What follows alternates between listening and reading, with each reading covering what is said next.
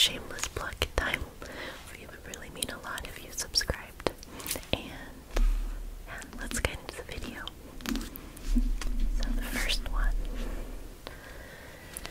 is Winter's Tale by Mark Elbrin. It's the big boy. My mom got this for me. It was made into a motion picture.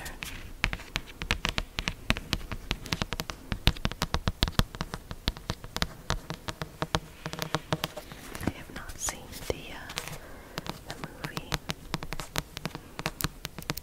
and I only made it part way through this so far. But this is set in an alternate New York, and it's really cool.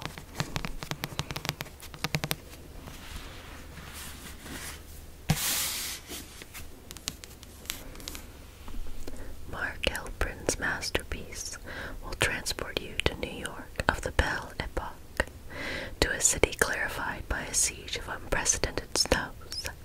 One winter night, Peter Lake, master mechanic and second-story man, attempts to rob a fortress-like mansion on the Upper West Side. Though he thinks it is empty, the daughter of the house is home. Thus begins the affair between a middle-aged Irish burglar and Beverly Penn, a young girl dying of consumption. It is a love so powerful that Peter Lake, a simple and uneducated man, will be driven to stop time and bring back the dead. His great struggle is one of the most beautiful and extraordinary stories of American literature. Sometimes I wish books would just give more information on what's in the book rather than like one person's. For my father, no one knows the city better.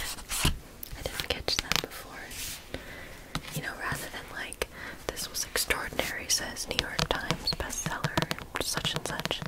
And I have bought books from people like, if Tamora Pierce said something, gosh dang it. If Tamora Pierce says something about a book, then I'm instantly going to be interested because I have a lot of faith in her writing, but usually I just like being able to read about the story that's added.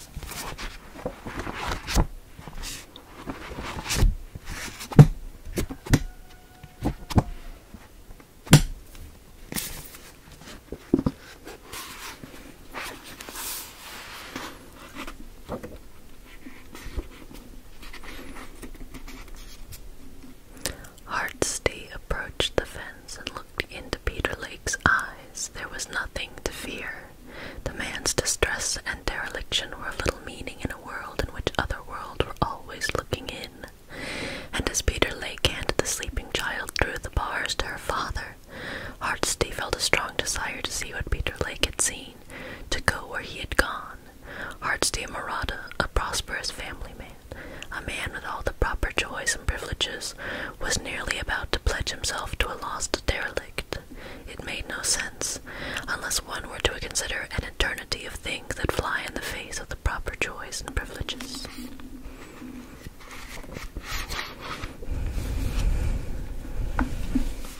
It's definitely rich in description.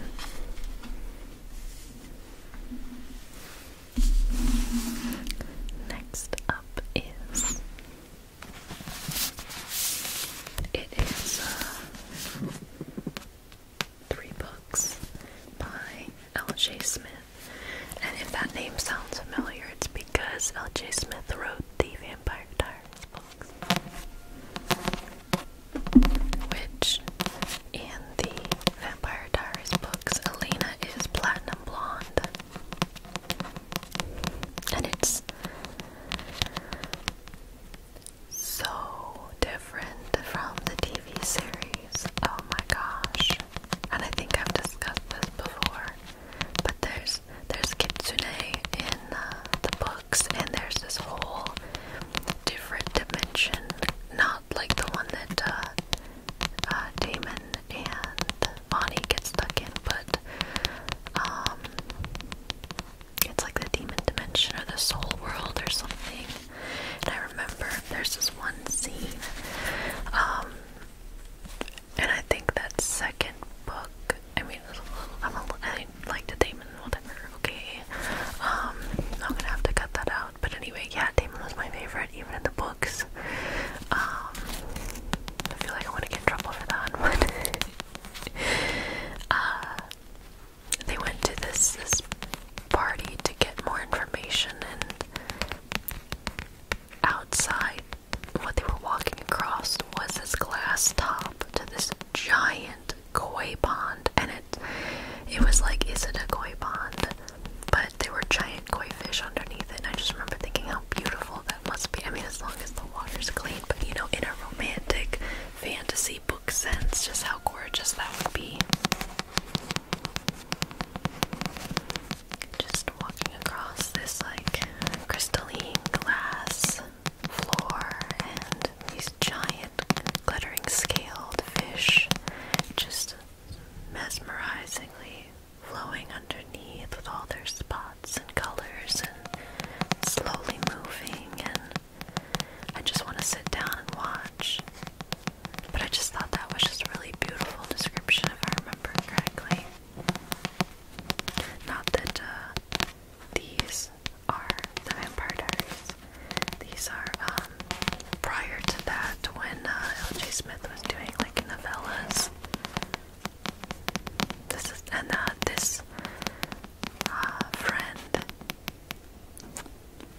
is the one that said that they only want to read books with happy endings, which I totally get. But they love these shorter, and they don't look shorter, but they're shorter in comparison to some of the Vampire Diaries books that LJ wrote. But they love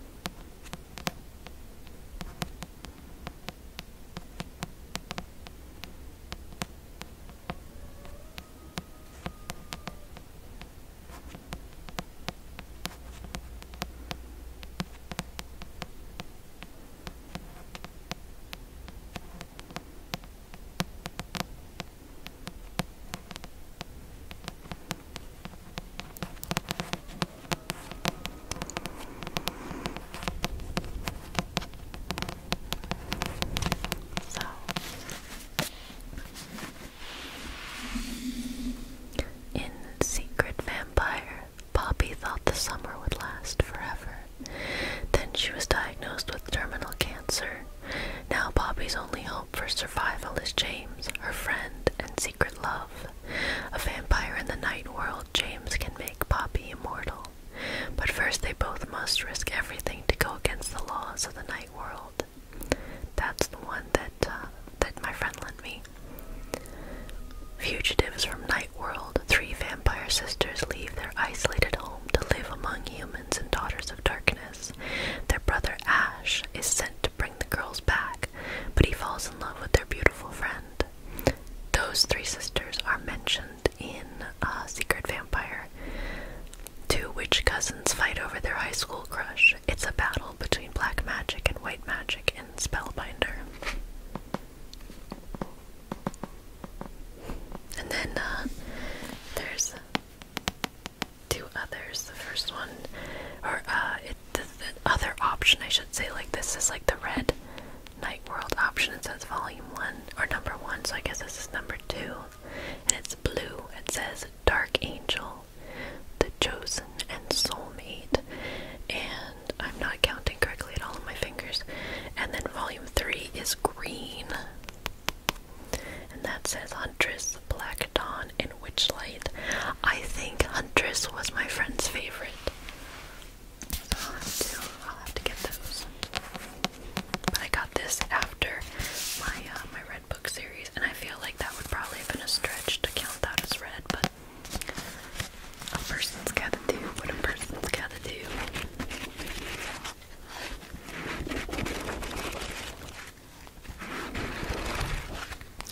Did you know there's this thing with publishing that, and I believe it was really popular in the 90s, and L.J. Smith was one of the authors that did this,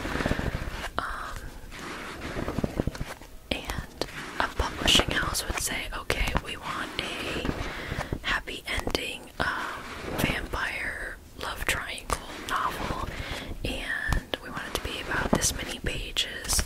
Who wants to do it? And they'd hire authors that way.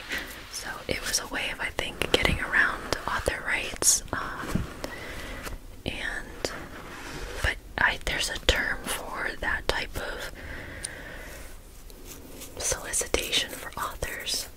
I can't think of it right now, but I didn't know that was a thing. But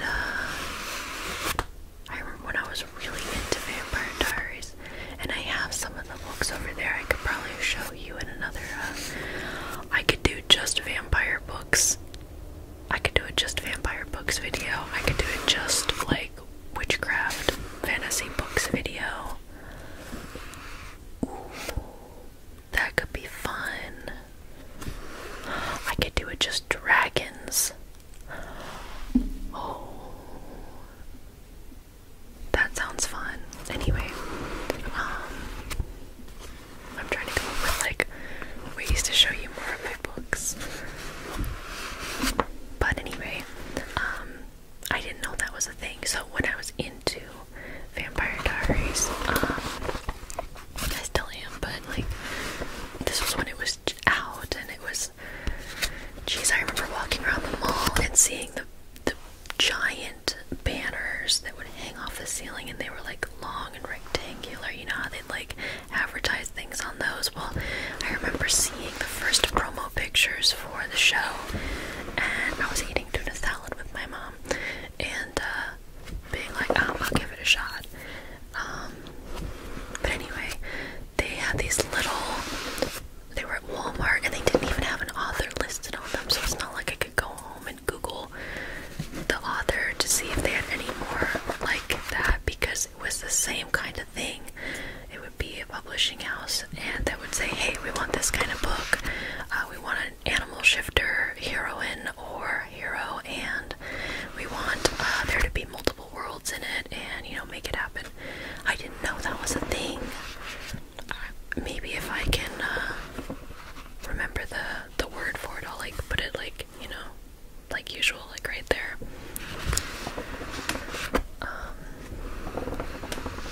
Because Silver, while filming, doesn't have the ability to Google, but Silver, while editing, is like, hey, they'll know, they'll read, I'll put it right here. Because I always feel awkward when I say something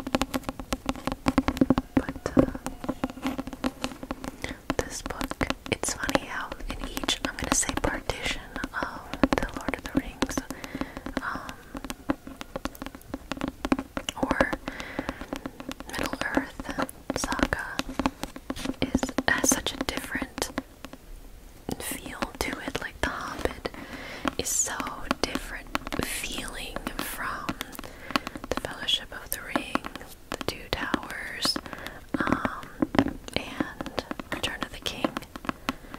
And then again, it does a complete flip and is so different from the Silmarillion. And a lot of people who are so good at all of the lore and information, and some people even know the different languages. I once was trying to learn how to write Elvish, but my brain just kept going. Maybe someday I can sit down and work on it again. I have so much respect for people that can do that. But Patrick Rothfuss was talking about how you have to bring your passion into your craft, and I believe language was what J.R. Tolkien was so enamored with, was the different language, and he created multiple wonderful different languages that created a lot of depth in the story. And I believe Patrick Rothfuss was talking about how he found currency fascinating, and I think maps, or maybe he was referencing his other friend that liked maps. I remember currency was there, and he was talking about how he needed to know how the money worked in his books in order to feel like they were his. Sometimes I wonder if for George R.R. Martin it's food, because if you've ever flipped open some of like his banquet scenes in his books, it's just the food is described. So, I mean, it makes you hungry, which is a problem for me with D&D, because if our DM describes food, I need food. We need to order something. Maybe I'm just that susceptible or suggestible, but yeah. I always wondered what my thing was in my writing.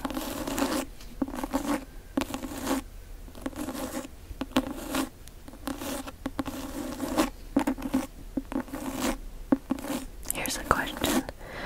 I'm always worried about potentially doing videos with my writing in them, or different characters or ideas, but once it's been made into a video, isn't it safe and it's like intellectual property? I think it's safe, so if I make a video of it, right? I don't know. Yeah, because I feel like Babelbrook is Aaron's Goodnight Bones, and the world that Atmosphere has made is safe, and there's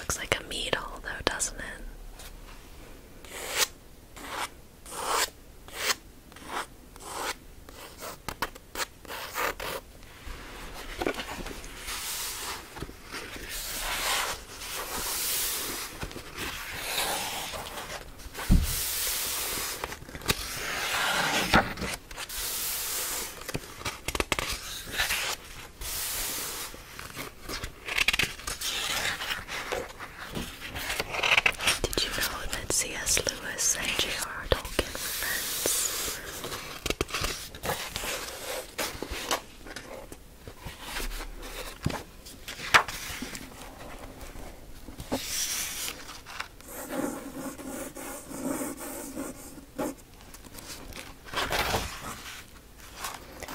And I'm aware that my brain always kind of stumbles over the two R's and it sounds like J.R. Tolkien, but I'm like J.R.R. Tolkien.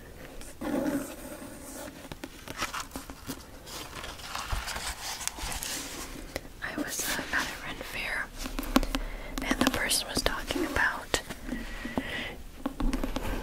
G.R.R. Martin, but their brain did what my brain did and said J.R.R. Martin and combined the two, and I felt like I was among friends because same.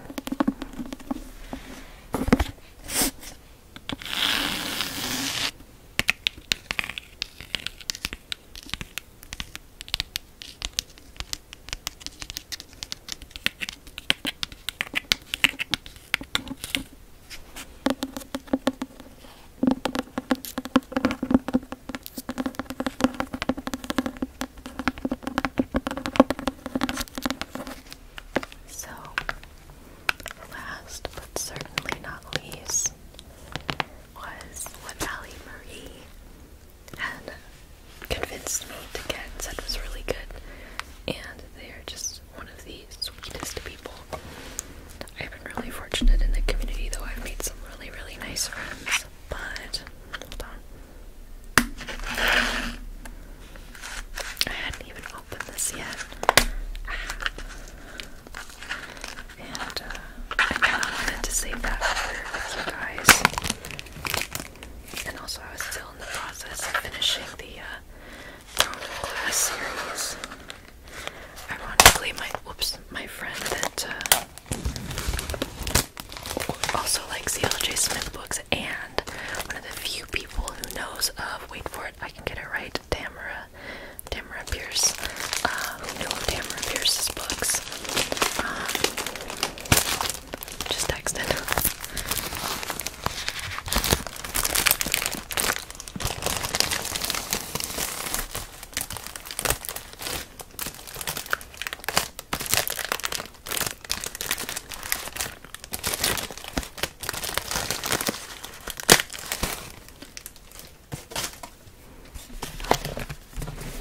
So technically we could do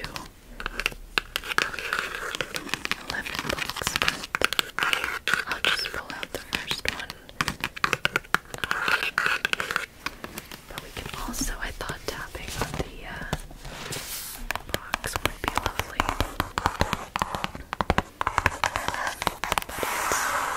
But it's the Six of Crows series by Leigh Bardugo. And I've been considering it for a little while, and I think in the last video I'd mentioned that some people had come up to me while I was like making eye contact with a book and considering it and mulling it over as one does, and they're like, you have to get it. And I mean, if someone who's probably decently introverted, and I mean I have social anxiety, but comes up and says like, hey, I see that you're considering a book that I love, you should read it too. That speaks a lot for me. So I wasn't sure, and I didn't have the money that day, and then I was mentioning it, and Allie Marie was like, no, you'll love it, like, get it. I was like, okay, now I have to, because I trust Allie.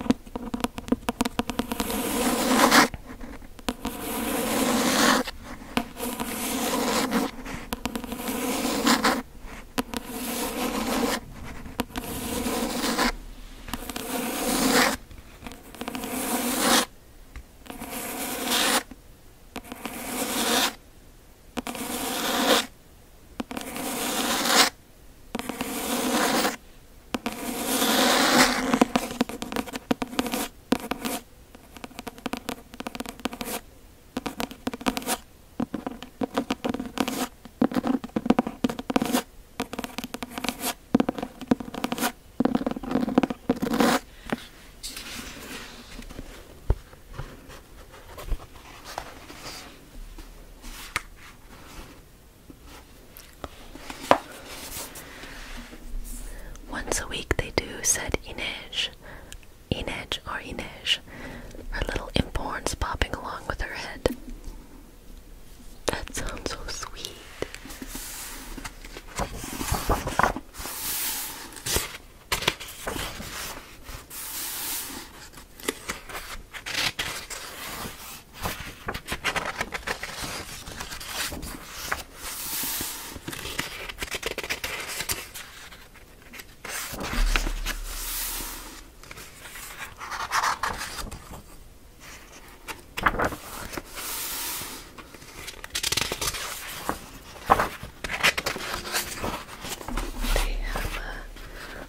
This one, I guess, is from Inej's point of view, but I like the chapter decorations, chapter heading decorations they have.